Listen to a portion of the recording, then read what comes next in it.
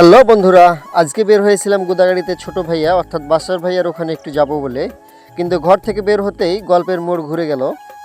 কাঁচাডাঙ্গা থেকে এক মুরব্বী ওনার ইজি বাইক নিয়ে এসেছিলেন সাফিনা পার্কে। ওনার গাড়ির চার্জ দরকার ছিল, তাই ওনাকে নিয়ে আসলাম আমার বাসায়।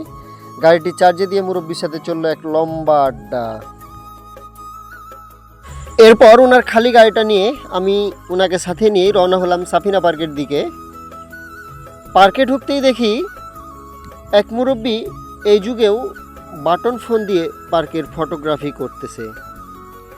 পার্কের পর্ব শেষ করে অবশেষে কিন্তু গোদাগাড়ির উদ্দেশ্যে রওনা হয়ে গেলাম। অবশেষে গোদাগাড়ি পৌঁছে কিন্তু আমি মুরব্বীকে বিদায় দিলাম, যেহেতু উনি যাবেন রাজশাহী শহরে। এরপরে আপনাদেরকে দেখানোর জন্য গোদাগাড়ির একটা সুন্দর ফুটেজ নিচ্ছিলাম। ঠিক তখনই কিন্তু দেখা গেল পুরো রাস্তাটাই জুড়ে ছিল মারাত্মক জ্যাম। চত্বরের চারপাশ একদম ইজি বাইক দিয়ে ব্লক হয়ে গিয়েছিল। গোদাগাড়ি চত্বর পর্ব শেষ করতেই শুরু হয়ে গেল একদম মিলন মেলা। প্রথমেই দেখা হয়ে গেল গ্রামীণ ট্রাভেলসের আলামিন ভাইয়ার সাথে, তারপরে দেখা হয়ে গেল বিশু ভাইয়ার সাথে।